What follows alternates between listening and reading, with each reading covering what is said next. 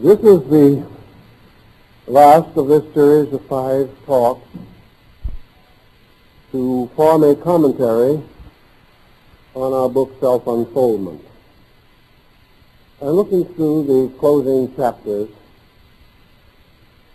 several things came to mind which I think should be added to the text as it appears, and perhaps someday we will be able to include it in future editions.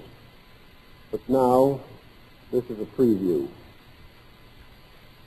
We have discussed at considerable length the problem of realization, and I hope that from both the discussion and the book, you have a fair idea of what we mean by this term. But I think we can carry it a little further to represent a clear state of internal honesty. Actually, all spiritual growth must begin with honesty. And while the average person certainly is not out to filch his neighbor's goods, there are forms of honesty which we do not understand. And one of the most complicated is internal honesty.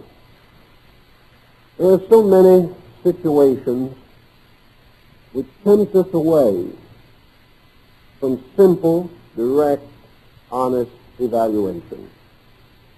And I know of no work dealing with this subject more appropriate than one of the discourses of Buddha.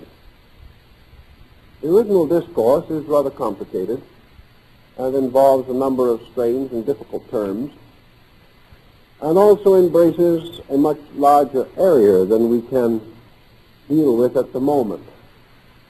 So I want to paraphrase or simplify a few of the basic thoughts in order that perhaps they will help us to understand the subject of internal honesty.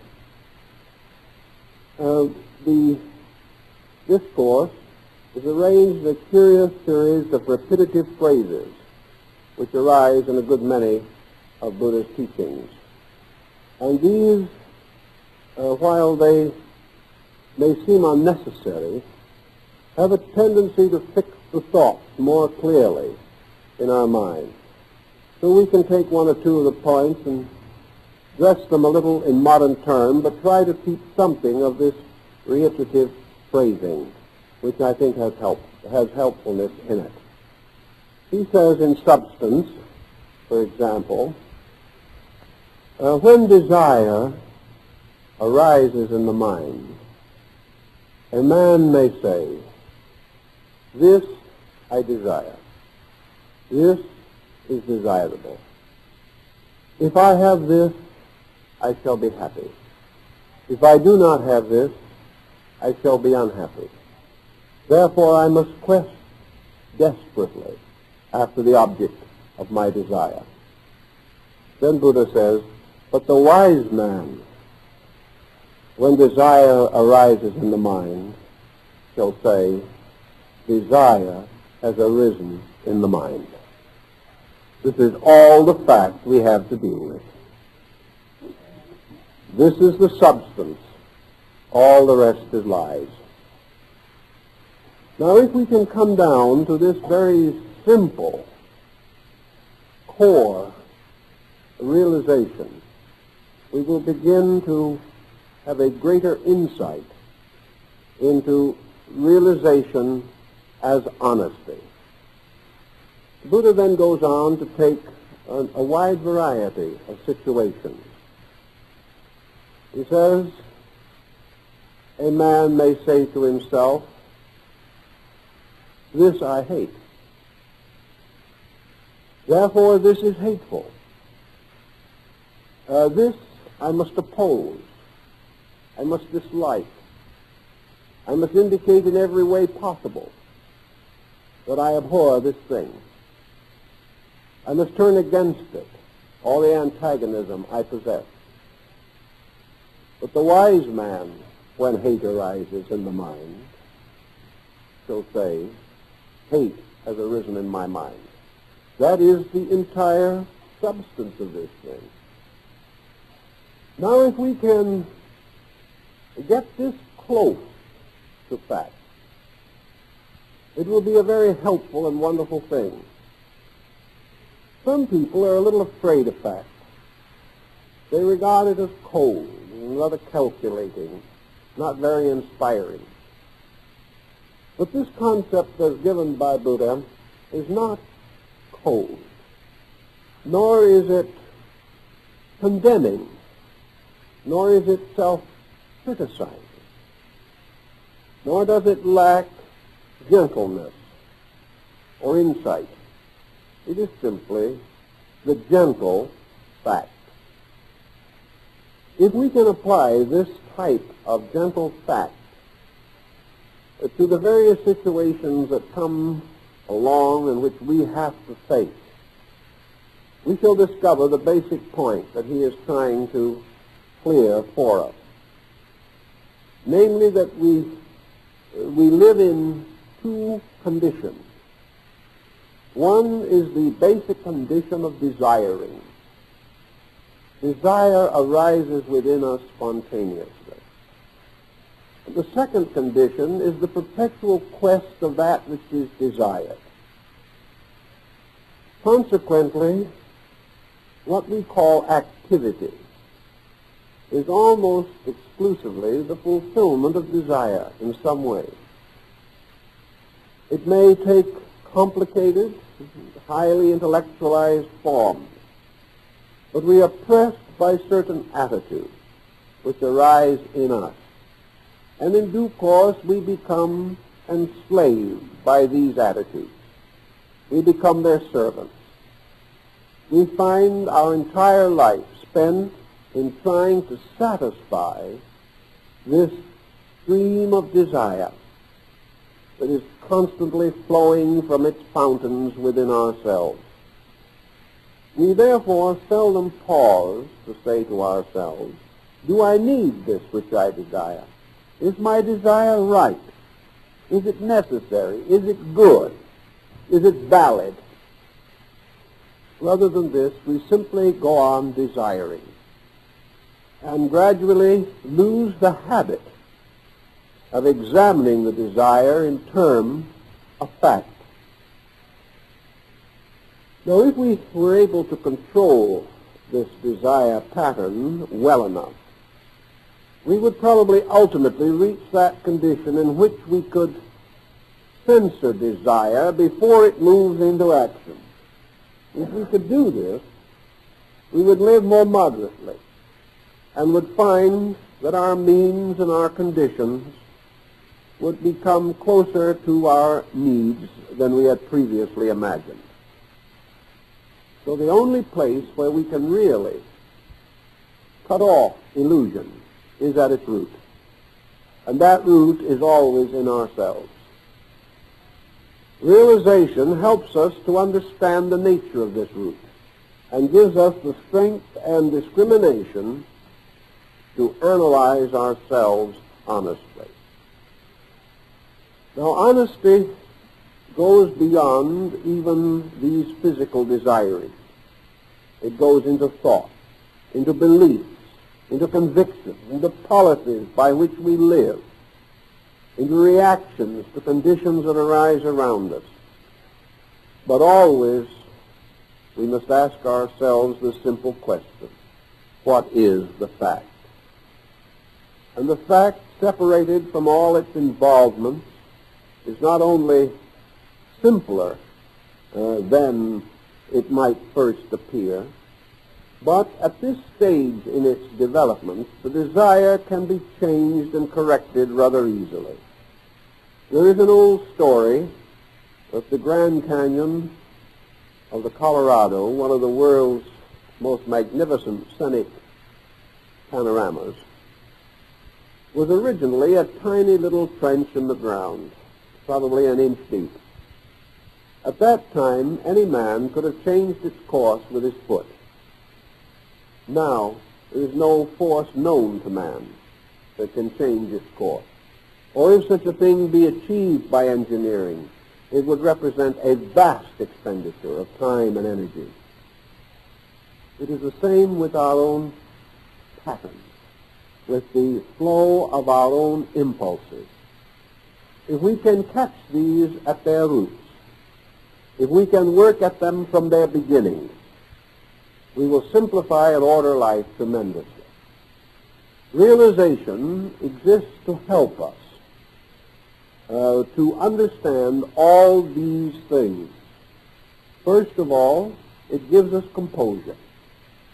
And composure is necessary to honesty. We may mean to be honest, but if we are disturbed and unsettled within ourselves, uncomfortable, then we have not the same ability to estimate. In the presence of discomfort, our first impulse is to escape into a more comfortable condition. And in obedience to this impulse, we may go further away from fact. Thus, evasion, fulfillment, excuse, resentment, these arise within us, but they tell us nothing that is truly useful, except that they themselves are false. Now, we cannot expect persons to make complete renovations of themselves in a moment. Certainly Buddha never expected his disciples to achieve this. All that he asks is that the individual becomes aware. And having once established an awareness in himself, he finds it instinctive to begin to use this awareness in an effort to improve his condition. He becomes a little more thoughtful. He begins to practice a preventive therapy rather than to depend upon some curative agency for a remedy.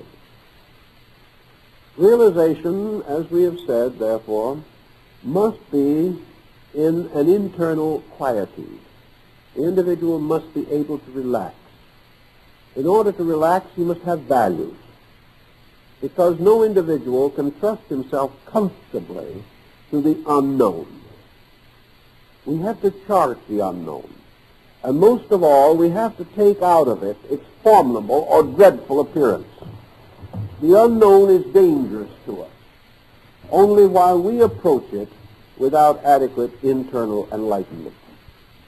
So enlightenment is a measure, at least, man's turning the light of consciousness upon the unknown and discovering, probably to his amazement, that the unknown is very pleasant, that the unknown is really the source of all known good, as well as apparently the source of all known difficulty. The unknown is simply the unexperienced, that which we have not yet faced or solved. But it presents no problems different, no difficulties more real than those which also surround us in the known. And also in the unknown lie all our hopes, the hopes of things yet to be done, dreams yet to be fulfilled, the best yet to be accomplished. So out of gradually increasing internal insight, we are able to attain composure. Composure is a kind of treaty that is set up between ourselves and other things. It is a truce. It is an end of hostility. It means that we have accepted a non-belligerent life, a life in which we are neither going to hurt nor be hurt. Rather, we are going to use facts to protect value, and in so doing, to live as nobly and serenely and beautifully as we can. Once some of these convictions begin to take hold, we begin to find internal resources that we did not suspect. We discover that within ourselves lie also all the elements needed for adjustment. It is not that inside we are all problem. Inside we are both problem and solution. If we overwork problem, we will be problemed. If we work more industriously at solution, we will find solution. The very same inner life is both our problem and our achievement, so that we do not need to take the attitude that we are weakness, or that we are insufficiency or instability. Another thing that we learn from realization is that at any given moment, each individual is sufficient to his own needs. This seems a very difficult thing to believe sometimes, for it is at some given moment that we suddenly feel that we are not sufficient to our own needs. The reason we are not sufficient is that we have not called upon sufficiency. We have rather acknowledged insufficiency. We have accepted the negative as inevitable. We have accepted the worst part of ourselves as the strongest part. Therefore, we have very little interior consolation. We are sufficient to our need at any moment.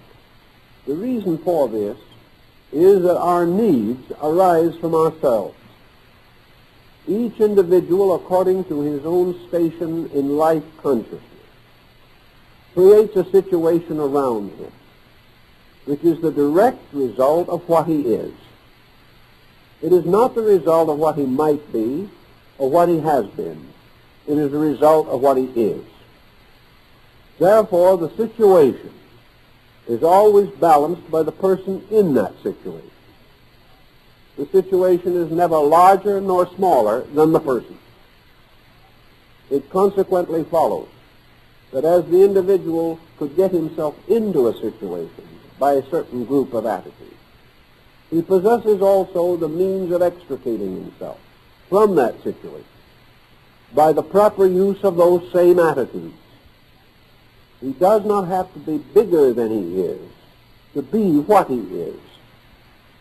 He merely has to use the faculties and powers with which he is endowed. Now, it is quite obvious that the problems of a highly advanced physicist might be quite different from the problems of an average clerk in a store. Also, the attainments of these two persons may be different. But the physicist, in ratio to his problem, is in exactly the same situation as the clerk in ratio to his problem. The physicist can just solve his problem if he will. The clerk can just solve his problem if he will. Each has been given a kind of allotment, and this allotment is the cause of his difficulty and the solution.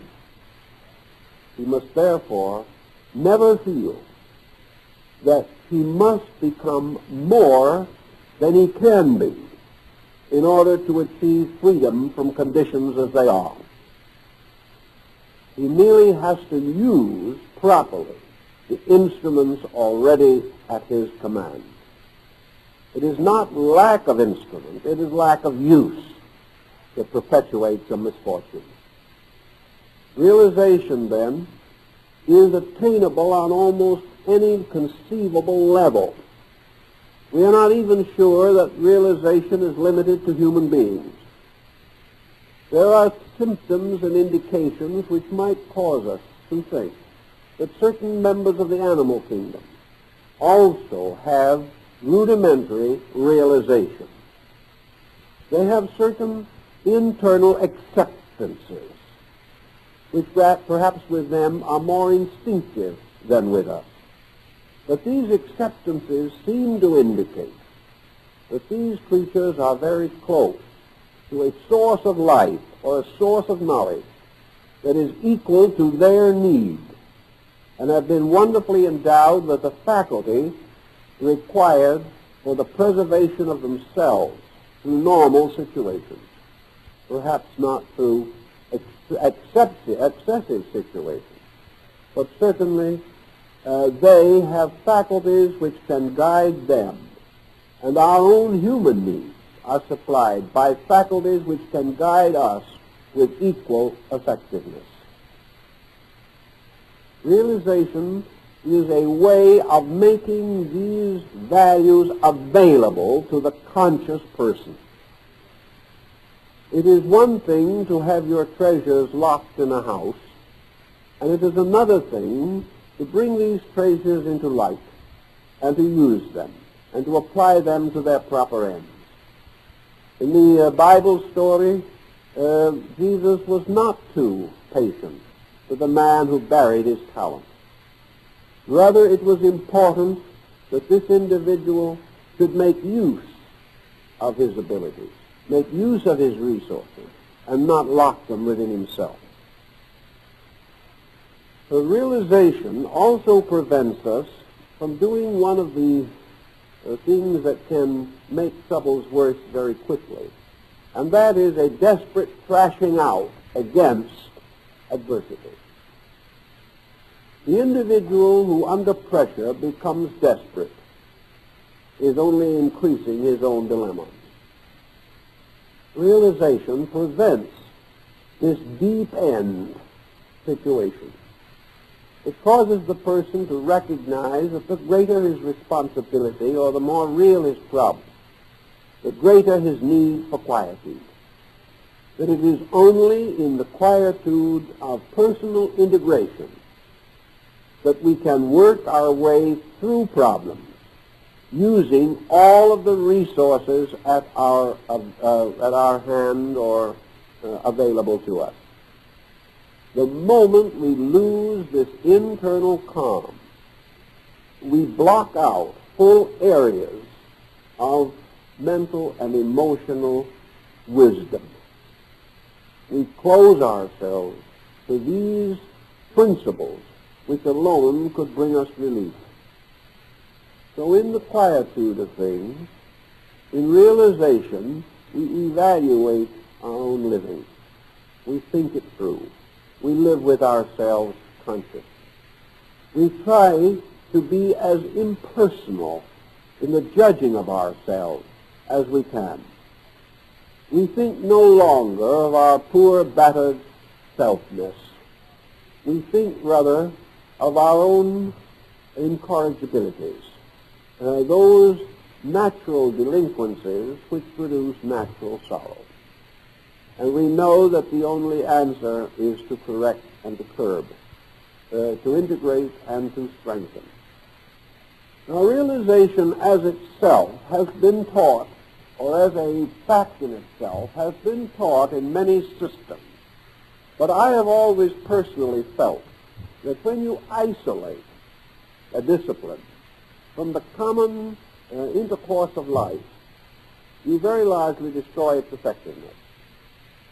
We know that mystics have retired to forlorn and desolate places, and there have tried to live in communion with themselves.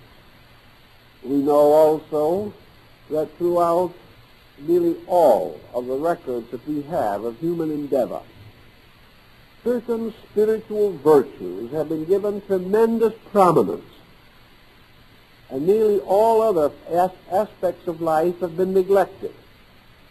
Perhaps this is one of the reasons why the virtues haven't worked better. It is quite possible that we would be much further along in our religious life if we had not isolated it, if we had not considered it to be either a particular phase of existence or, by contrary attitude, total existence with nothing else left of importance. We have gone overboard one way or another.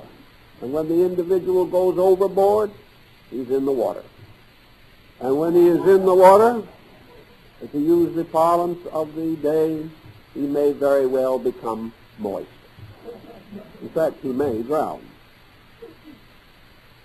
So, in our realization, we have to be rather careful that we do not drive it, that we do not go beyond the natural field for which it is intended. To do a good job on the level of realization discipline, we must be certain, therefore, that it is not realization under pressure. Or as one man came to me one day and he said, I have experienced what I call pressureful relaxation. Now, this is what I think some of us have done in connection with religion. We have overdone certain virtues. We have forced things rather than to recognize that in realization, anything which tips it away from its own natural equilibrium destroys it as far as a useful instrument for our purpose. Realization, then, does not come alone from love of God or love of man. These help. These are great and powerful instruments of revelation and of insight. But there is more. Realization arises from a whole group of simple, natural processes, which must also be properly cultivated. The individual who loves God but does not appreciate beauty is deficient in a very marked manner. An individual who cannot enjoy simple things will probably not very soon have the opportunity to enjoy universal consciousness. We have to balance this realization problem. It must be a rich realization. And it must not under any circumstance arise from a pressure by which an individual might be caused to say to himself, I cannot endure things as they are. Therefore, I've got to outgrow them or perish. This might be the substance of a dilemma, but still it is not the right attitude. Realization is the condition in which we want to realize more, because what we already realize is so sufficient. Not that we are impoverished and bankrupt at the moment and are searching desperately to find some way of getting a small deposit in our own name. Realization is not running away from the miserable, because if the miserable still remains, we are not ready for realization. It does not mean a hastening from loneliness or isolation of any kind. It does not mean that we are seeking a cure or a remedy or an answer primarily. Realization is much more than these things and very different. Realization is more actually the wonderful experience of the thing as it is, needing no more than itself, but only available to us when we have begun to warm up appreciation in many areas of our existence. This is why, for so long, I have advocated that the individual who searches for spiritual value shall have as large an area of conscious experience as possible. The more he can experience without criticism or condemnation, the better he is. This I do not mean to imply that he should not be aware of the faults of his work, but that beyond this awareness of fault should also be an awareness of reason and meaning. That things are as they are because certain processes are in their midmost methods. They are not complete. They are not perfect. Yet in themselves they are meaningful and worthy of our most thoughtful and generous consideration. I like to think, therefore, that any person who is interested in self-improvement can sit down and enjoy a good book. Not necessarily a philosophical book, but a book which is rich in human experience. A book which has gently and lovingly carried a message from some person who really believed that he had a contribution to make. Good literature is important to good living. Good art is important. The individual who says to himself, yes, that's true, I need these things, but I'm too busy, I'll get around to it someday, has not in himself the hunger for the beautiful And the lack of this natural appetite is going to affect his spiritual life just as much as it affects his environment. The individual who is not anxious to be busy, who does not feel that work is life, also is closing himself to growth and progress. The individual who overvalues leisure, seeking to escape useful and interesting tasks simply because of the belief that leisure is the sign of superiority, this type of person is in trouble. One of the greatest difficulties in our modern fields of psychology arises from the fact that the individual has mistaken leisure for personal attainment, and he has done nothing with it. Leisure without proper vision, without proper insight, can be a very heavy burden upon the flesh and lead us into many troubles. The individual, therefore, who has no interest in nature, in flowers and plants and birds and beasts, who has no sympathy for the arts and the crafts and the trades, who has no instinct to make something with his own hands, to create, such a person is impoverished in those attitudes which are essential to realization. Realization is from a richness and not from a poverty. And our inner meditations are richest and most beautiful when they are supported by many glorious experiences which we have been permitted to enjoy in the course of years. Thus our realization is a mature, a rich fulfillment of things. Let us say to ourselves, just because it will give us a point to work with, supposing an accident occurred to us.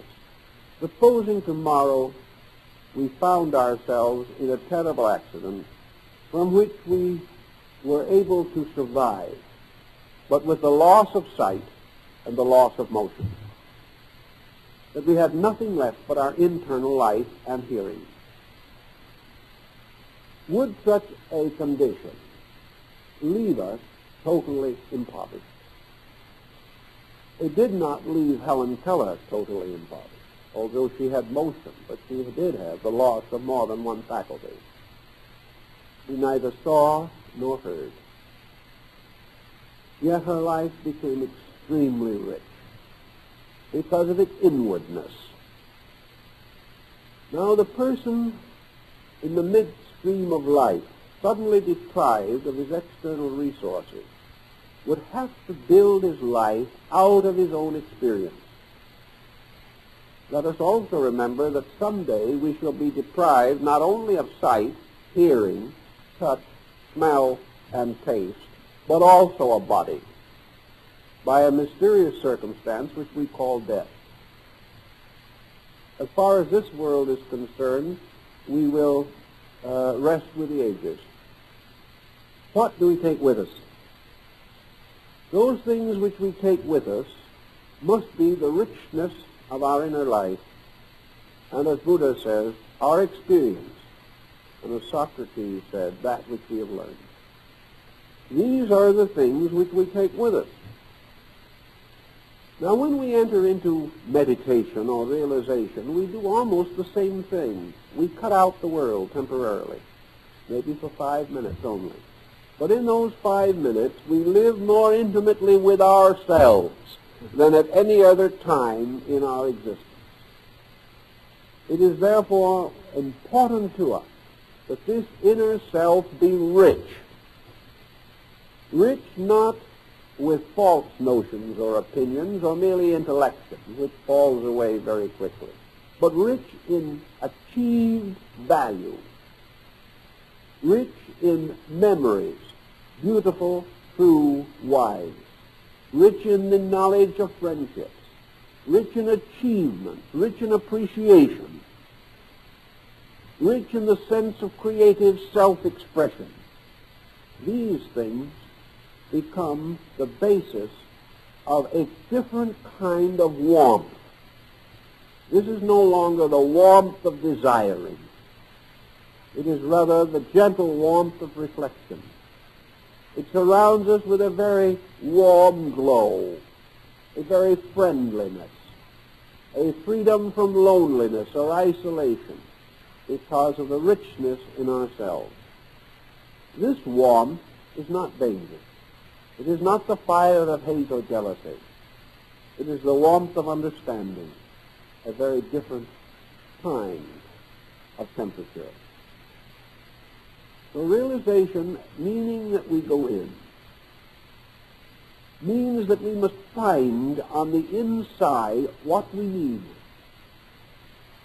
And we can only find there what we have put there. And as Socrates pointed out, life is a kind of preparation for something beyond life. So also experience. All of the constructive values which we have generated in our natures are preparations for the release of the full internal. Also remember that release is itself a valid factor in realization, coming under the general heading of the creation of the transcendent being. Release means the ability to express, for that which is within to come out, to find adequate and proper channels. Release, therefore, is only adequate when the personality and the body are suitable for this release. The old story about the new wine and the old bottles and vice versa comes to mind. It is also true that the training of the body, the unfoldment of its aptitude, this can be tremendously significant. Suppose we say for a moment that you are a musician. Actually, your music has always been a close interest. And from this music, you have gradually moved into a mystical appreciation of life. How fortunate, then, you are. For now you have hands that are trained, so that they will respond instinctively to the impulses of your thought. You can sit down at a musical instrument, and you can play these melodies which you hear within yourself, which are not of this world. How much more these melodies would be lost if your own skill was not equal to your internal appreciation. Unless you can release, you have to a measure failed in your purpose. Or if you are a vocalist, your trained body reacting to the impulses of your will permit you to express creatively through song the inner convictions of your consciousness. A good carpenter has skilled hands. A great surgeon has skilled hands. Persons in every walk of life who achieve gain certain skill. And skill is mental, emotional, or bodily control. Thus, the controlled body becomes the adequate instrument for the expression of disciplined conviction. One without the other is imperfect.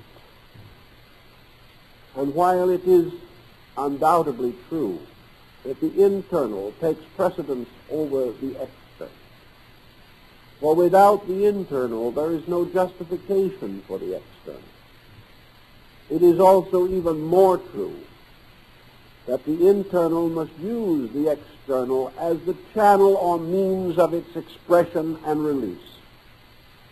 and if the body, the mind, and the emotions are not responsive, if the individual has no trained ability with which to express that which is within himself, he is to a measure deprived of his greatest usefulness. Now, it's a possibility that these trained abilities are the more unselfish part. For it is perfectly possible for the individual to feel that he has inner knowledge. But the unselfish part is to share, to see that this knowledge serves common need. And unless this instinct is also present, there is something wrong with knowledge. And if the individual, having internal enlightenment, has no desire and no instinct to express this in some way, he is also deficient in many of the more natural human graces. It is not his expression of his enlightenment that will cause trouble. It is, however, the expression of his unenlightenment, perhaps not even so recognized, that may cause a certain amount of difficulty. So in realization, we need the cooperation of the total personality. We need the whole of the person brought together to become the instrument of one purpose. And the richer this personality is, the more ways it can use or distribute or rationalize knowledge. And the skillful person, dominated by a great conviction, is the most useful of all individuals. Skill without conviction is dangerous. But conviction without skill is frustration. Now, many people feel that if the internal adjustments are made, the skill will inevitably follow. This is not quite true. I've known a great many persons interested in various types of development, but I've never learned that any one of them mastered a foreign language without studying it, or mastered music without taking lessons or disciplining themselves. Some have been self-instructed, but this self-instruction still requires the same skill and patience, and probably a great deal more willpower than the instruction by normal methods. So it is important to know that our conscious growth depends upon two more or less interlocked factors.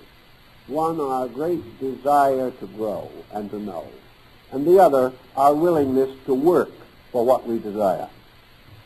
To get plenty of real effort, real libido behind this wish that we might be better.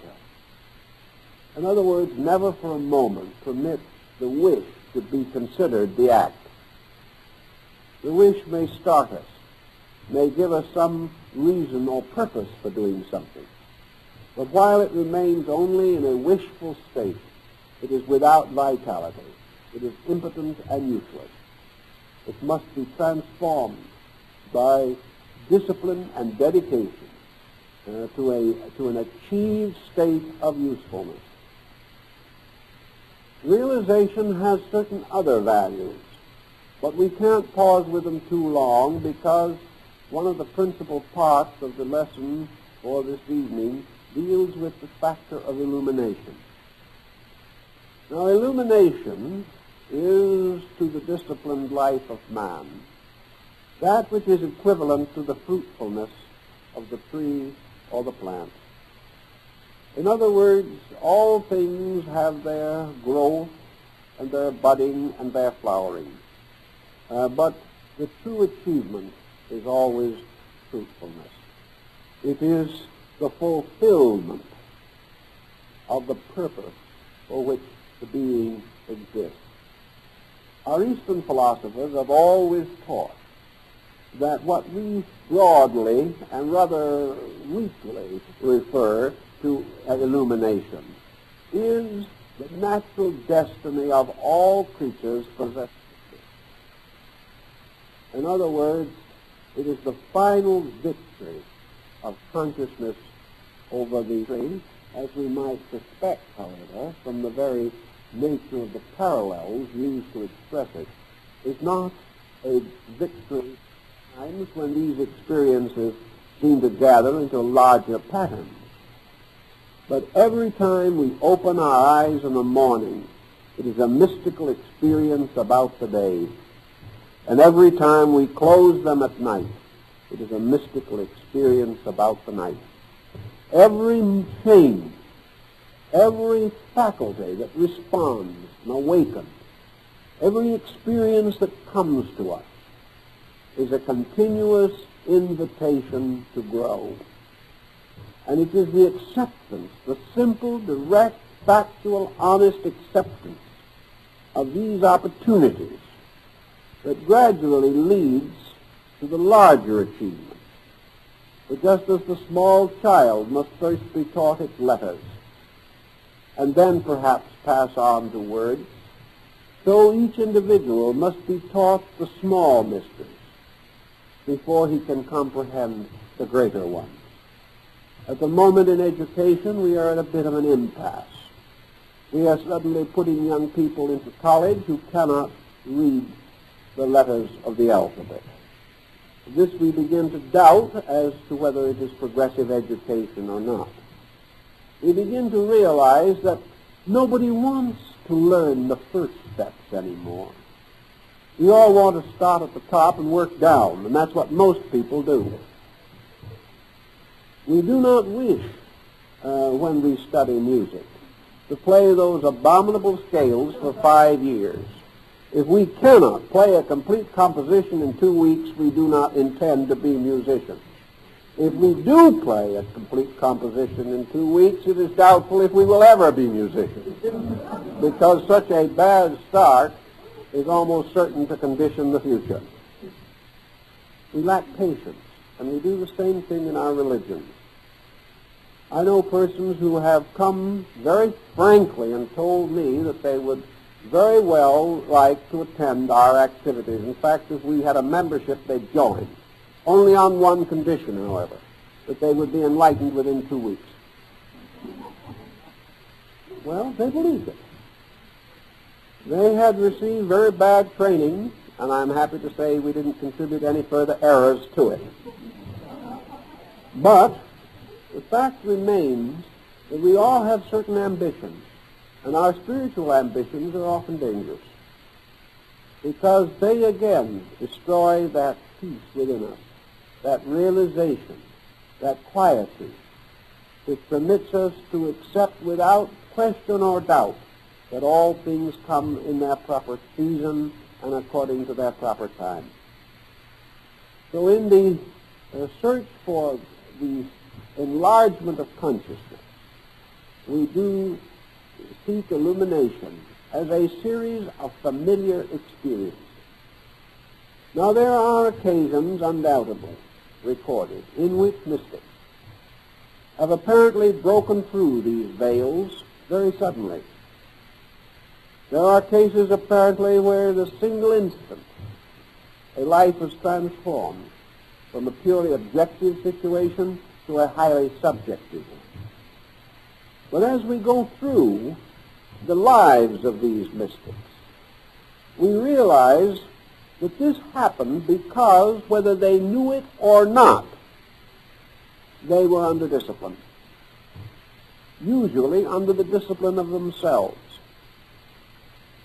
There is no doubt that the lines in Faust are correct, that luck is closely linked to merit, doth never to the fool occur, that he the wise man's stone. I swear it, the stone had no philosopher. And an example, perhaps two examples, come to mind at this point. One is Baron Emanuel Swedenborg. Swedenborg was suddenly, apparently, illumined. That he had some kind of very powerful interior experiences, we know. And we say to ourselves, well, he wasn't particularly dedicated to these things, more or less apparently an accident. Why can't the same accident happen to us? Well, as perhaps if you have studied Swedenborg's life more attentively, you are willing to live as he lived. Perhaps the accident might happen to you, but it would help a great deal if you had 40 years of higher mathematics, as he had. It would make all the difference in the world, because he had a magnificently trained mind. Now, the second thing we might mention, second person, is Böhme, the German mystic and shoemaker. Here was a man who apparently received one of the most extraordinary revelations of all time, yet was not a man who was cultured, who was educated, or had achieved in these things which we commonly associate with life. And it is a little difficult to assume that merely pegging shoes was the full explanation. It wasn't. Again, if you want to live as he lived, it might then not be quite so mysterious if something of an extraordinary nature occurred to you. This man was born with one of the most extraordinary natures that I suppose was to be found in the world. From infancy, he was never known to have uttered an unkind word. He was never known to be angry at anyone. And from no particular purpose, as we can see it, but perhaps from the utter devotion and devoutness of his own heart, he lived throughout his life, both before and after this experience, in a state of the most profound, unselfish love for his fellow men. And his enemy during most of his entire life, self-appointed enemy, was a local theologian. And when Böhme went to church every Sunday, as he went to church, and sat quietly in his pew, he listened month after month and year after year, patiently, quietly, and with gentle dignity, while this minister heaped abuse upon him in every sermon. Yet never did he defend himself, never did he contradict, never did he say an unkind word to or about that clergyman. And on one occasion, when he went to beg this man to be less unkind and to try to understand that he, Böhme, was really a very devout and pious man, the clergyman threw his boots at him. Böhme quietly picked up the boots and put them back beside the clergyman's chair, said thank you, and walked out. If you want to live like that, it's quite possible a miraculous experience might also occur to you. So we cannot say, certainly, or evidently, that this mystical experience comes to those who do not deserve it. If it does, then there is no law in the universe. It has to be either consciously or unconsciously merited. But whereas some apparently have to discipline themselves to receive it in one way or another, others appear to be so naturally endowed with the gentlest of values, with the most unselfish and devout of attitudes, that this experience is perfectly normal and natural to them. But in each case, you will find that the life, to a measure and a large measure, to our own understanding, has produced a natural fruiting. It has come to that end which was suitable and proper to itself, never to something that is a contradiction. Illumination has been estimated in many ways. One question is, what are we to understand by the term cosmic consciousness? Is illumination to be regarded as an ultimate? Is there a condition in which we seem to stand as Dante stood in the presence of the celestial choirs and see the whole heavens unfold in their majesty? Is illumination to be understood thus as total conscious awareness, or in Buddhism, total absorption into being, return to utter and infinite essence? Is it the final and unconditioned termination of all imperfect existence? This we do not know, because we are never able to determine the essential fact of consciousness apart from the instruments through which it operates. Therefore, we cannot be certain that by the term illumination we actually mean ultimate or infinite. What in more probability we are meaning is the enlightenment of the state of consciousness as it exists in us and in the compound constitution which we inhabit. Therefore, illumination is in all probabilities victory over the present cycle of existence, victory over the uncertainties of a conditioned being. This victory over condition does not necessarily mean that there cannot be other conditions, nor does it mean that there cannot be other mysteries around which our illumination does not center, because these other mysteries are totally unknown to us. Therefore, about them we can have no enlightened comprehension. But in any event, we may say that the mystical experience represents the most powerful factor in the justification of the individual's spiritual conviction. It is a transmutation of hopes and desires and yearnings and aspirations, their transmutation into established inner fact, from which there can no longer be any essential departure. Plotinus describes the illumination that came to him.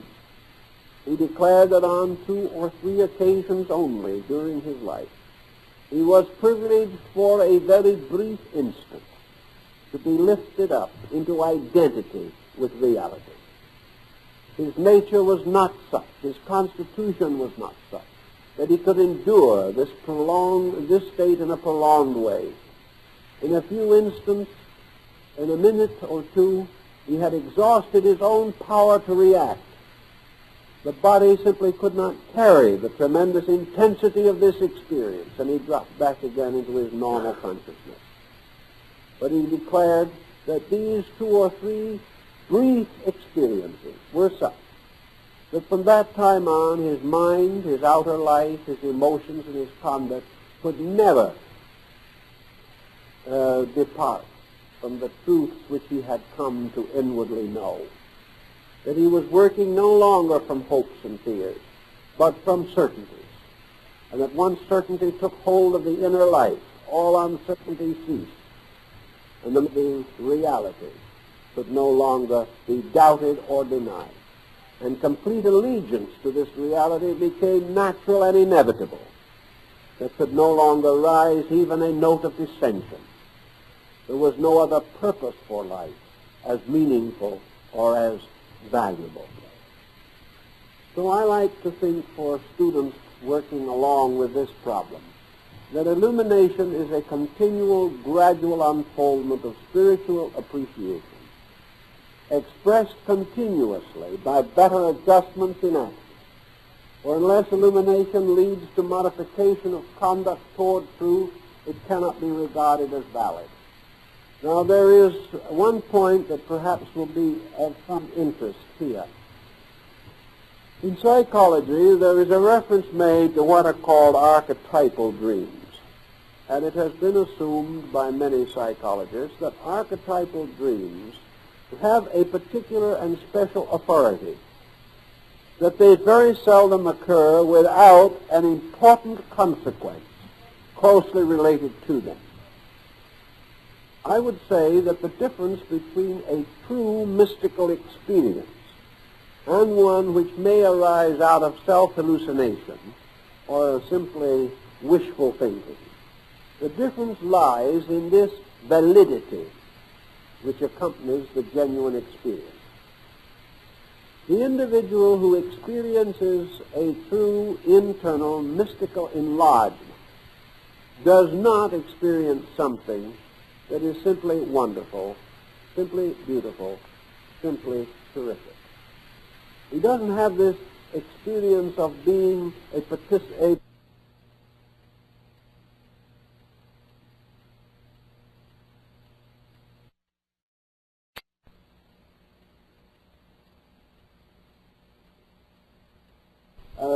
Obvious reason. It is not something that just happens. Illumination nearly always ties into a pattern of immediate need. Illumination seems to indicate that under the necessity of a situation, the trained, unfolded, dedicated, consecrated consciousness breaks through because it has been called upon. It has been called forth into action. Now, however, this does not necessarily mean that it responds to a cry of desperation from the ego. Illumination nearly always occurs in the presence of a need carried in suspension. And this, I mean something like this, perhaps. Supposing in an emergency the individual says, I've just got to find a solution. I've just got to find a solution. Well, he'll say that from now on because he has blocked himself completely by his own attitude. But if this person is devout in his religious life and in the presence of a great emergency or a great challenge, he sits down and asks the guidance of heaven. Very quietly to himself in the presence of this emergency, as the old American Indian medicine priest used to say, Father, show me the way. Show me the way. In other words, not to help me to do it my way, or I want it done this way, or this is the only solution I'll accept, but rather, not my will, but thine be done. A relaxation into the divine will, in which we stand ready to serve that revelation, whether it be according or not according to our own desire. In other words, we are not any longer seeking a solution conditioned to our own appetites. We are asking very simply for the solution. And if this solution seems to work a hardship upon ourselves, we will still accept it and will fulfill it, because we are no longer concerned with hardship or lack of hardship. We are concerned with truth, with the fact, with the reality as it is. Under those conditions, if we can allow this solution to be the working of the law in this matter and accept it without question, it is then quite possible that in our relaxation the light that we need will come. In fact, it nearly always comes. For there's nothing that can block it except our own lack of adequate adjustment with the principle involved. And the principle involved in all of these situations is not our will be done, but let the law be perfectly manifested in this work. If we then find that the law kicks us right out of the work, that is the perfect working of the law, and we accept. But usually, if we have this attitude and have gone this far, we shall find that the law is not far from the thing which we most devoutly believe to be necessary. So it is this problem of always aligning the illumination with the solution of a real or present need. This need is not an obsession, but it is a natural requirement. And that which is naturally required, nature will produce. Thus, nature provides us with what we have earned. But always our struggle is to try to get nature to give us something we haven't earned. And if we insist in this process long enough, nature will oblige us by giving us something that isn't so. because nature will not permit that which is true to be conveyed to that which is not able or willing to use truth as it was intended to be used. So illumination always takes the form of this certain something that is added. It is this next and immediate need. And we can simply say, as the old country physician that I knew years ago, he was not one of the great school of medicine. He was just a good old country doctor. And he explained to me how he handled sickness. He said he knew about 50 different pills he could give people. He knew about 4 or 5 different major surgeries that he could perform on the kitchen table if necessary. He knew a dozen or 20 forms of minor surgery. He knew all kinds of simple remedies, such as putting your feet in hot water and your head in cold water, or whatever the need was at the moment.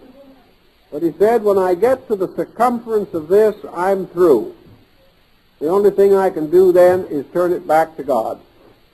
So he said, when I cannot find a remedy in my book, he says, I just sit down and I say, God, if you want me to help this fellow to get well, you'll have to tell me how. And he said, usually I got the answer. And I got it sometimes in most remarkable ways. So there is this very simple approach to the same thing.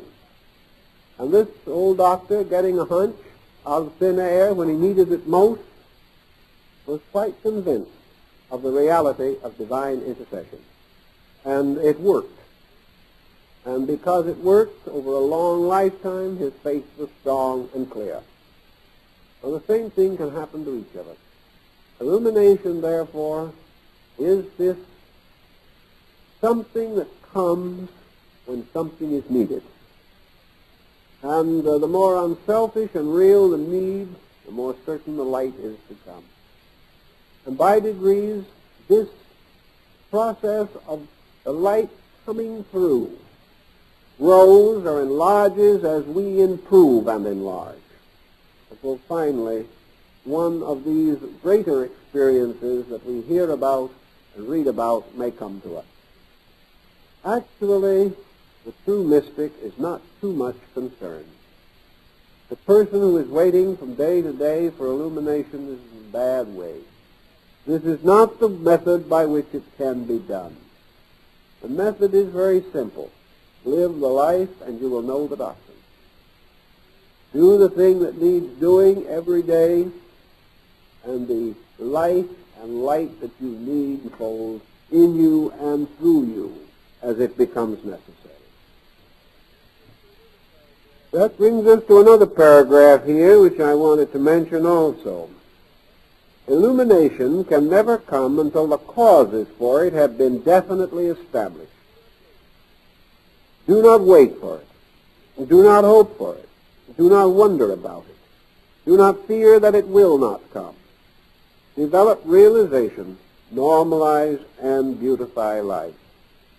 And illumination will be the normal and natural consequence, not of a single episode, not one tremendous burst of enlightenment, but a steady release and increasing flow of understanding into and through the lower faculties of the reason. Now this brings us another point which I'd like to enlarge on, and that's this problem of the faculties of the reason. Because we pass them off rather quickly here with little more than a few sentences. And I think there is more need for this matter. The processes of our faculties, as we have mentioned many times before, are two-way bridges by which impulse is carried in from the outer world and out from the inner life. These two processes are constantly functioning. Now, if the torrent or pressure of the inflow of external is greater than the corresponding pressure of the outpouring of internal, then the internal elements are not released. The torrent is too strong, and the inner faculties are not able to come through because of this tremendous pressure of external. Consequently, the inner faculties, which are not of themselves competitive.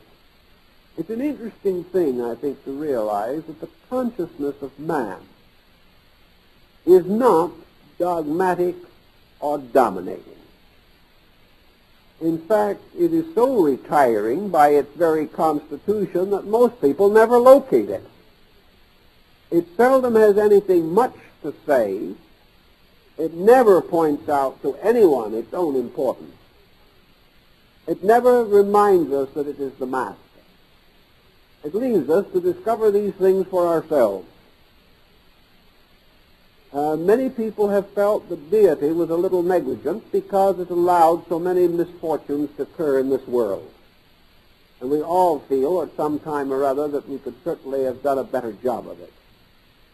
But actually, the entire mystery of truth is non-dogmatic. We use the word as though it had the whole weight of dogma behind it. But actually it is not. Truth comes as a small, still voice. Truth comes in extreme quietude. And illumination and all the things that have to do with this unfoldment may be regarded as an exceedingly gentle, passive fact. The inner life never really tries to force its way out.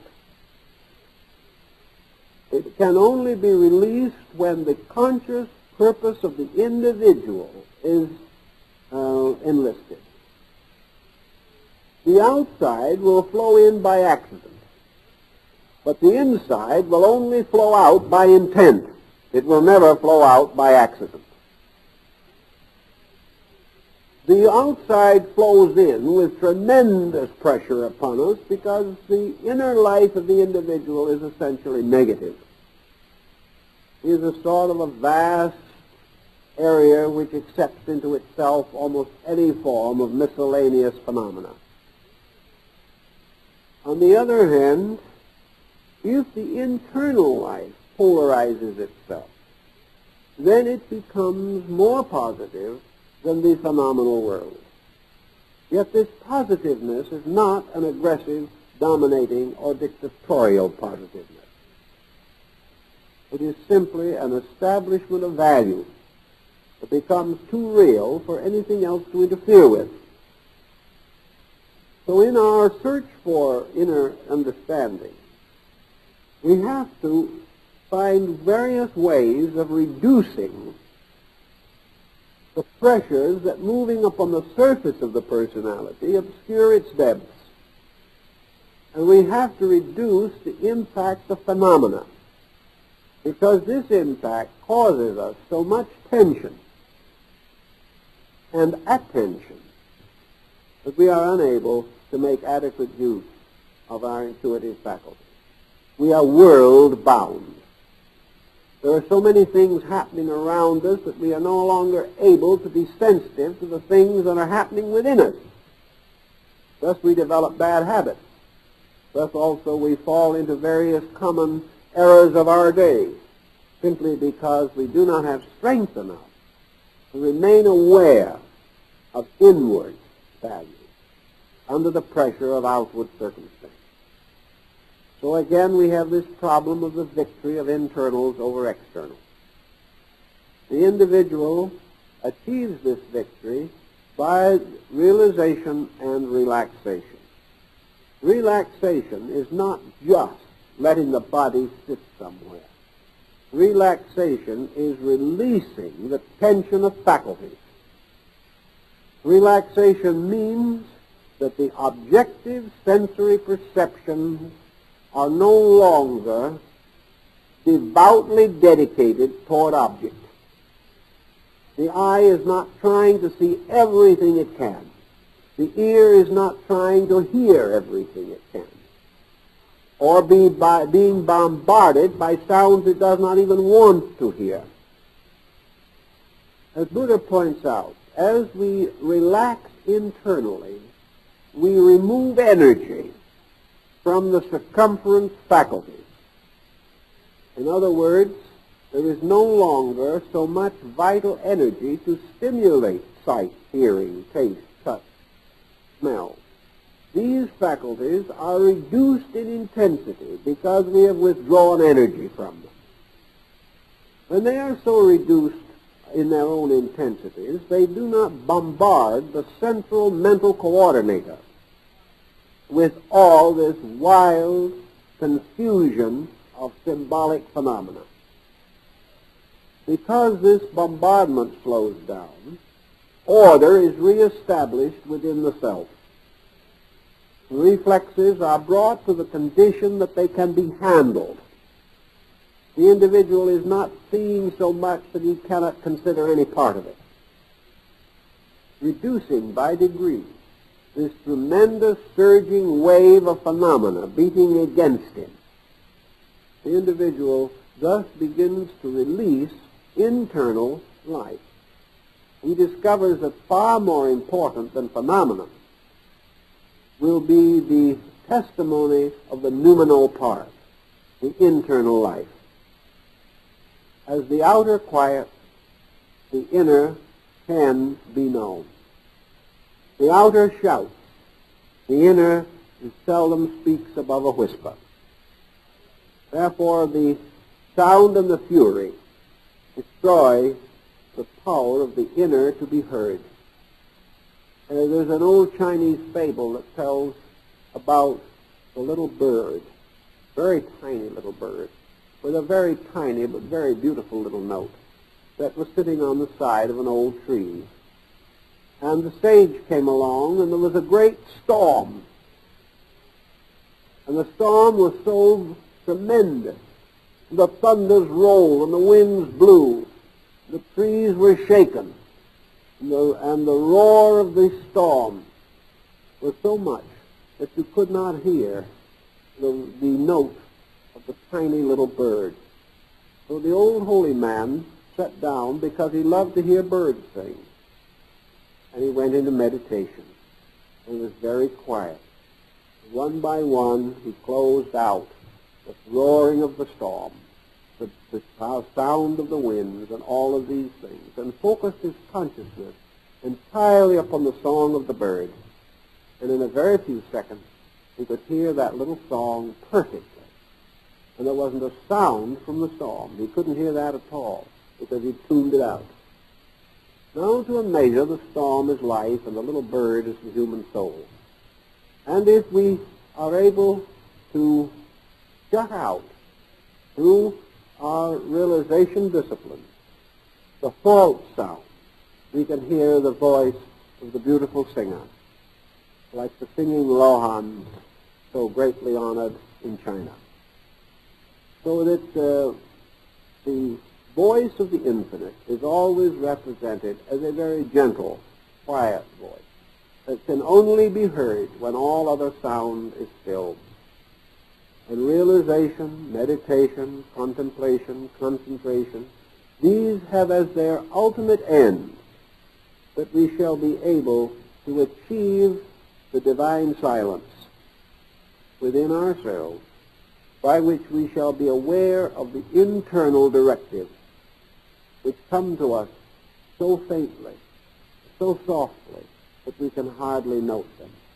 We have always thought of a God of fury, a God of battles, and a God thundering his commandments from the top of the flaming mountain. But we experience this power not in this way at all. We experience it as a very gentle, subtle thing that can be heard only when that is the only thing we want to hear. When we are willing to listen to anything else, we will not hear the voice of truth. Now, here's another little point that I think is important. We discussed at some length here the problem of Taoism. The second Taoist doctrine concerning illumination emphasizes the necessity for sufficiency. The doctrine creates itself, sustains itself, abides by itself, moves impelled by its own nature, and has no home but space. Now this is a way in which the Taoist uses the symbol of the dragon to represent the nature of the completely sufficient doctrine. In other words, the Taoist points out that the inner life of man achieves a kind of sufficiency, which as the illumination and as the enlightenment spreads, this sufficiency becomes so total that the person becomes a space dweller, like the dragon. Now the dragon never puts its foot upon the earth. The dragon must never be seen, all of its body at one time, because if it is, it will destroy whoever sees it. Therefore, in art, the dragon is always partly enveloped in clouds, so that all of its body may not be seen at the same time. The dragon lives upon space. It lives in space. It nests in the sky without any... And the fact that it had to be partly concealed by clouds was that the human being cannot, as yet, surpass as a full doctrine. He can only perceive certain parts of it. Otherwise, he is shattered beyond survival. But in this sense of sufficiency, I think we have a point that we'd like to make. Well, this attacks the fundamental human impulse toward dependency. Even religion subtly inculcates a doctrine of dependency. Man is ever searching for a strength outside of himself upon which he can cast his burden.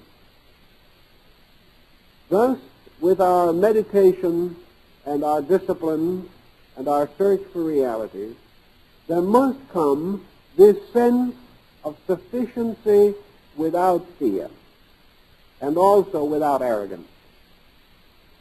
The individual must finally realize that his existence is complete in the term of self and faith.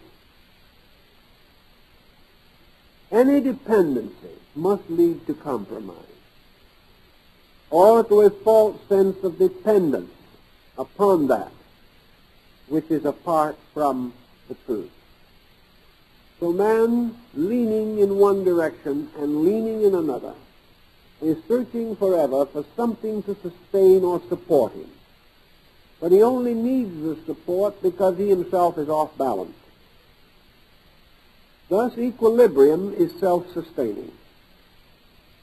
And this type of internal equilibrium is very important to man. As he proceeds in his studies and in his experiences, he must finally choose between a certain sense of weakness and a greater sense of strength.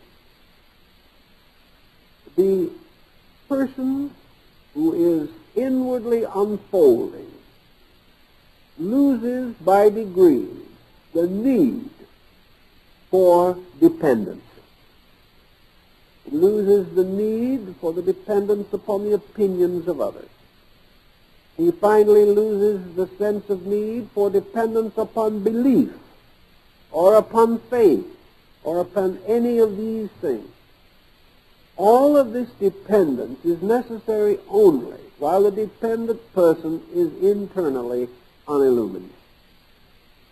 But the full expression of enlightenment gives the insight that the person is forever sufficient to his needs. The Taoists also use again in this particular symbolism the idea of the bird, because the bird has always been a thing of such beauty in the experience of man that it is easy for him to fall into mystical poetry or mystical thoughts about it. What could be more helpless from the standpoint of man's concept of things than the little bird that builds its nest under the eave of our house? This bird and perhaps its mate are totally isolated as far as associations are concerned. We have no evidence whatever that they have any life apart from themselves. We cannot imagine that they have adequate insurance against difficulties, that they have any one to cry to in the night when pain comes. They cannot send for a physician. They cannot engage a lawyer. They have no architect or builder to construct their house. They have no one to deliver food. They have no one to provide anything. And these two little furry, feathered creatures are alone in space. Alone in a little nest of broken twigs, perhaps a few feathers and bits of cloth and hair, which they have gathered. This is their world. This is their home. They do not know when someone will come along and tear it down. They do not know whether the neighborhood cat will invade it. Yet here, completely alone, with nothing beyond themselves, not even parent, and later not even child, these little creatures are apparently completely free of any sense of loneliness. They do not know they are alone. The little bird does not know that he is alone. The wise man has forgotten that he is alone. This difference is very tremendous. The little bird also, when it builds its nest and bears its young, fulfills the mystery of life without knowing why. It continues its little way. And in nature, very few things die a natural death unless we consider that it is natural that they be prey for something else. But in that span of time, the song, the labor, the building, the nest, the eggs go on as long as life is given to them. There never seems to be any sign of serious neurosis. There are no frustrations and no inhibitions. There are no theologians to preach to them. Perhaps this is a blessed preservation. They have never been taught to be afraid because they live in a very world of nature. The light and the rain, the sun and the moon and the stars form their world, and they seemingly never have inquired about any of them. They have their own small purpose, and they fill it completely out of themselves. The Taoist points out, therefore, that life, even in a little insect, is totally sufficient to its own needs. It is only in man, with his reflection, his contemplation, his doubts and his worries, that life suddenly becomes more or less impossible. Actually, this problem of dependence is an illusion. It doesn't mean that we, as human beings, should not have relationships. We have much richer ability to know and to share and to do and can possibly belong to the little bird. Yet in our life, it is not that we should be less than the bird in this, but rather that we should be greater than the bird in everything. And that means also greater in security. Greater in the security of our own inner life. We have infinitely more ways of protecting ourselves than the birds, yet we are much less secure. Because we do not have this direct participation in nature. We do not have this wonderful sense of not knowing that there is anything to be afraid of. In realization, we get something of that, but on a positive level. We gain this mysterious sense that factually and actually we are always alone, and yet we are never. Every important function of life birth, death, great sickness, even great joy will be experienced alone. Somehow, everything that is important, we have to carry the full burden ourselves. This is not a penalty. This is a fulfillment. This is a privilege. This is the reason we are here.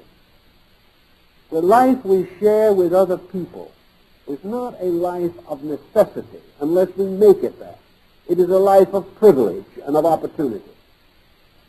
We should not be with other people because we want to lean on them, or because we are afraid to stand on our own feet, or because we feel like some old Chinese communities that the closer we are together, the safer we are.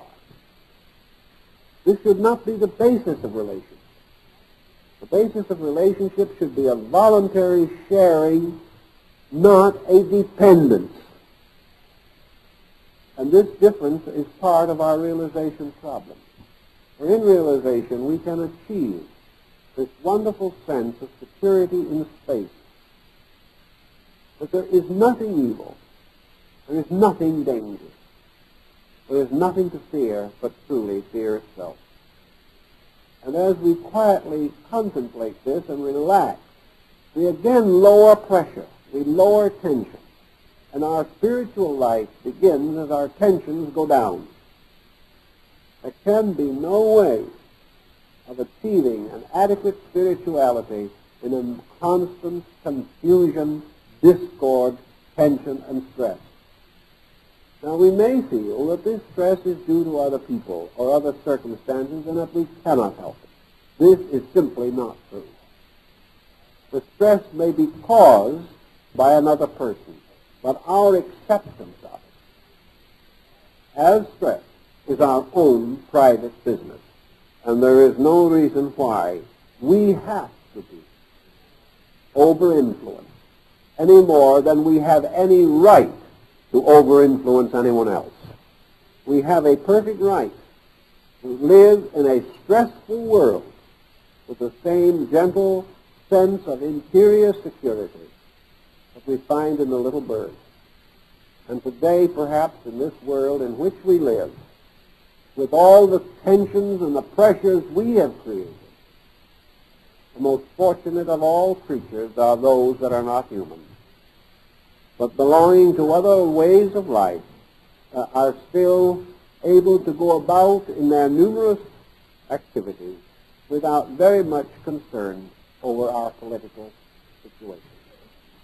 This is perhaps a proof that nature protects the innocent. They are not to blame, therefore they are not punished. We are only punished if we are to blame. And this blame arises as an experience in our own consciousness, not in the circumstances that arise. Now, there is another very interesting thing that I'd like to amplify just a little bit in our book, and that is quite near the end, where we make a story, a little analogy about the human mind, which I think can take further thought.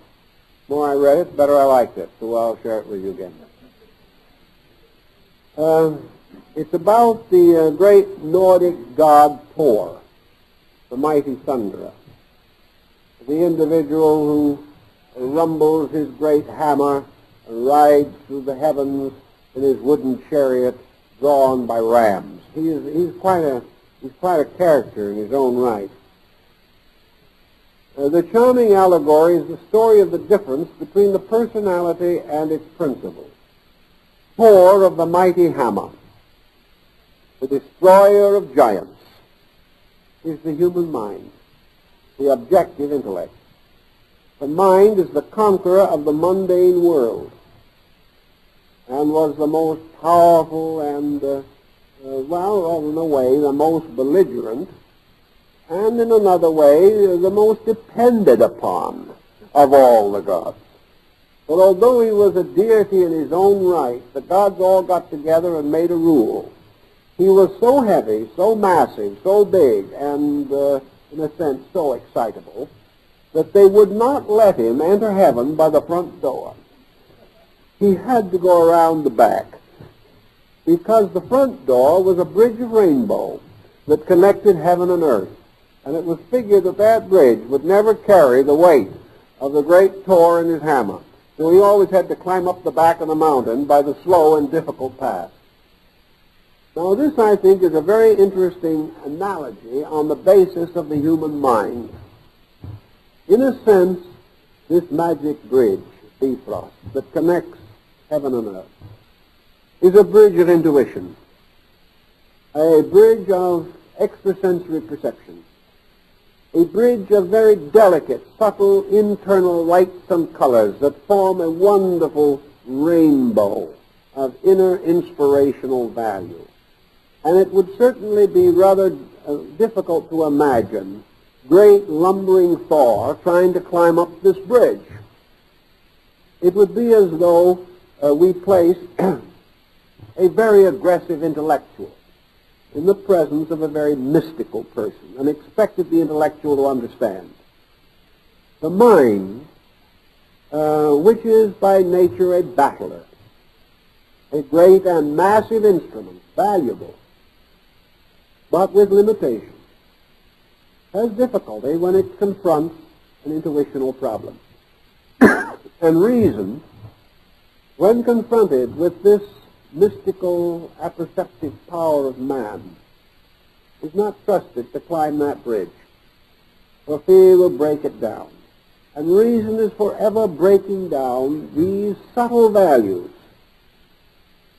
And reason is using its own intellective power in some mysterious way to weaken the element of creative intuition, imagination in man.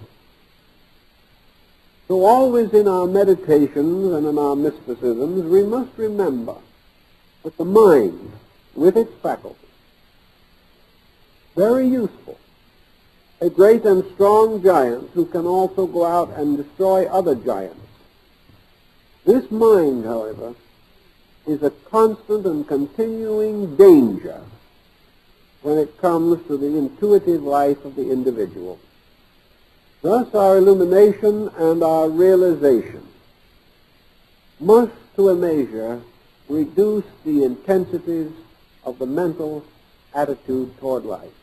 Most of all, they must prevent us from substituting mentalism for mysticism. And there is a tremendous difference in these two things. The mind can accomplish almost any part of philosophy. It can master nearly any element of theology. The mind can read, remember, analyze, and digest the most abstract, mystical, and extra-physical conditions. The mind can explore anything, but of itself it cannot experience what it explores. Thus the mind is always the beholder and the observer. It is never the participator. The mind cannot share in the sheer mystery of life itself. It can write a book on what it cannot experience. It can carefully analyze and dissect all things relating to the universal plan, but it cannot experience these things. Thus out of the mind come sciences. Out of the emotions come art. Arts come much nearer to experiences than sciences do, because man's emotion is an older and richer instrument than his mind. But the mind itself can substitute a vicarious intellection for a fact. The individual can honestly believe that if he has remembered, he knows. That if he can call off great names, he is instructed. If he can quote from the sages, he is wise. And if he has achieved by his own genius the quadrature of the circle, he is illumined. These things he can believe. But we come back to the Indian proverb that the mind is the slayer of the real. Therefore, in all of our searches for realization and illumination, we must never be deceived by the mental substitute. We must never permit ourselves to assume that intellection is the substitute for the mystical internal experience of the individual. Nor can the individual become so wise in his mentation that he does not need the direct experience of value.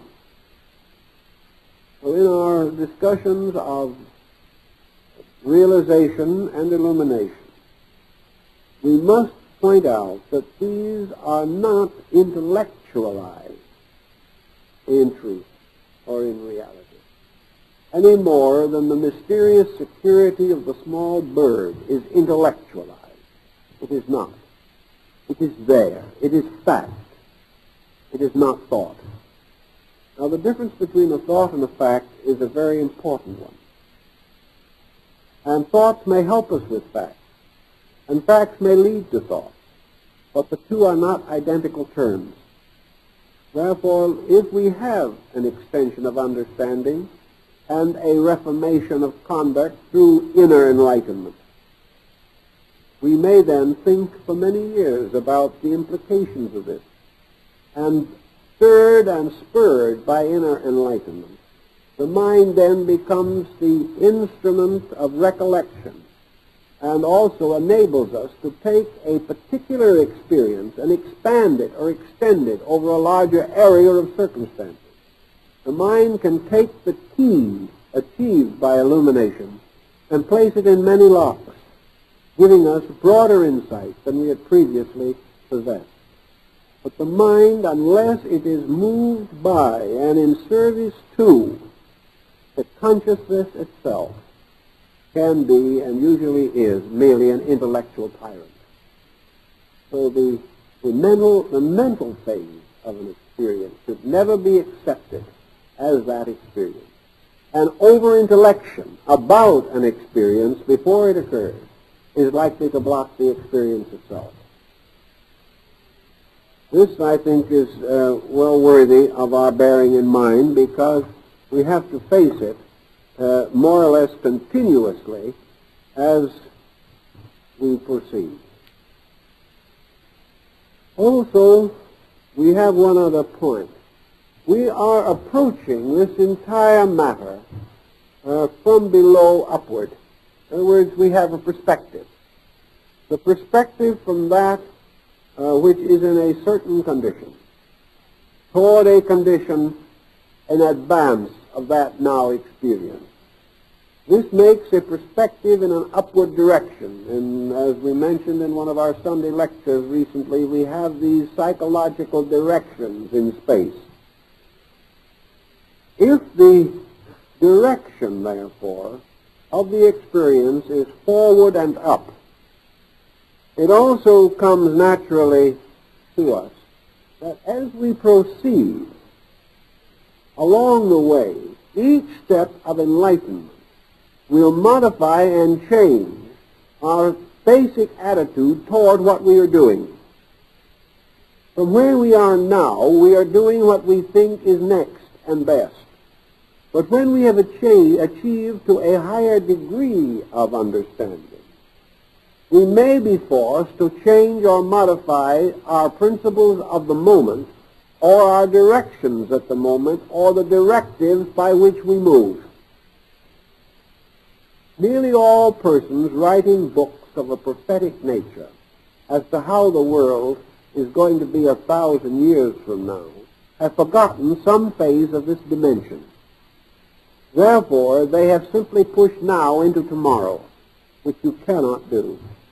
Or they have taken certain faults of now and assumed that tomorrow they would be corrected. This was the burden of the old utopias, which were certainly idealistic in their time, but seem a little ridiculous to us today. Therefore, in moving forward, our whole attitude toward truth, our attitude toward self, toward enlightenment, towards understanding, realization, toward illumination, these attitudes will change. They will never be less than they are, but they will be greater than they are. For they will be more and more tinged with insight. And in all probability, this will have a very grave effect upon the motivations with which we now move. We will find that our present motives will be outgrown along with our present mistakes.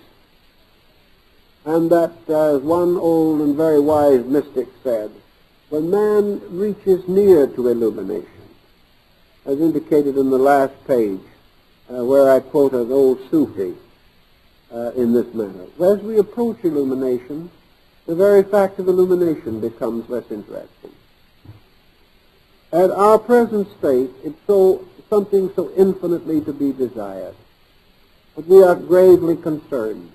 But as we get nearer and nearer to us, to this end, it becomes so inevitable, so natural, so completely reasonable and proper, that we no longer regard it with any particular significance.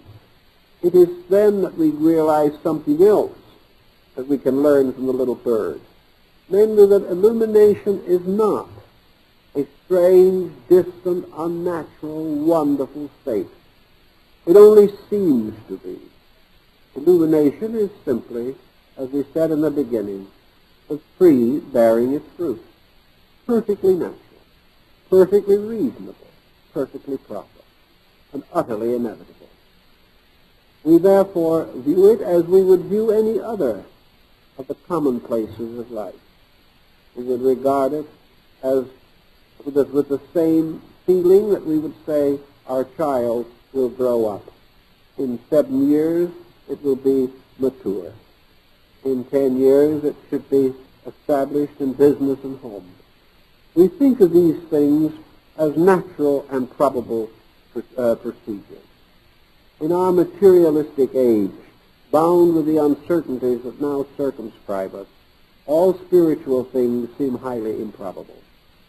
But as we grow and unfold and enrich our consciousness, all spiritual things become not only probable, but natural, inevitable, factual. And the person, as he approaches the insight which he seeks, finds that this insight is not a tremendous or terrible experience. This insight is simply fulfillment of that which was obviously necessary and obviously there. So enlightenment presents no great challenge. It presents only the symbol of our spiritual maturity. It represents the condition of the person who has come into the full possession of those powers and faculties by which he was divinely endowed. Therefore, perhaps we may say that when man achieves enlightenment, then he is a human being. Until then, sometimes we hardly know what to call him. But we are not quite certain that he is a success. This illumination problem, then, is our maturity. And if we can face it in a simple way like this, we will get away from the exaggerations that may lead us into illusion. Always to make things overly important is dangerous, because it creates tension and self-deceit. Whereas if we simply say, the growth from today, the right living now, the daily and honorable experience of proper self-improvement, dedication to principles and to truth, the gradual unfoldment and enrichment of life and faculty, these things are all moving us toward ourselves, toward the thing we were intended to be, toward the nature which we must be, for universal nature has decreed it. Therefore, as nature makes the grass to grow, so it makes the soul of man to grow. And our illumination is simply man coming into the conscious participation in God. Awareness made rich, so that he now lives in a universe with God and in God. He has always lived there, but he didn't know it. Therefore, illumination is man coming to know the thing as it is. on ignorance is his continuance in the state of not knowing, or the misknowing of things. Really, these things can be taken into our realization. They can be taken into our quiet meditation. And if we use these basic principles and precepts wisely and kindly, we will grow. And the problems which beset us will go less with time as it passes. And with the diminishing of problems will come the corresponding increase of insight. Well, our time is up, so I guess that's all we can do this evening.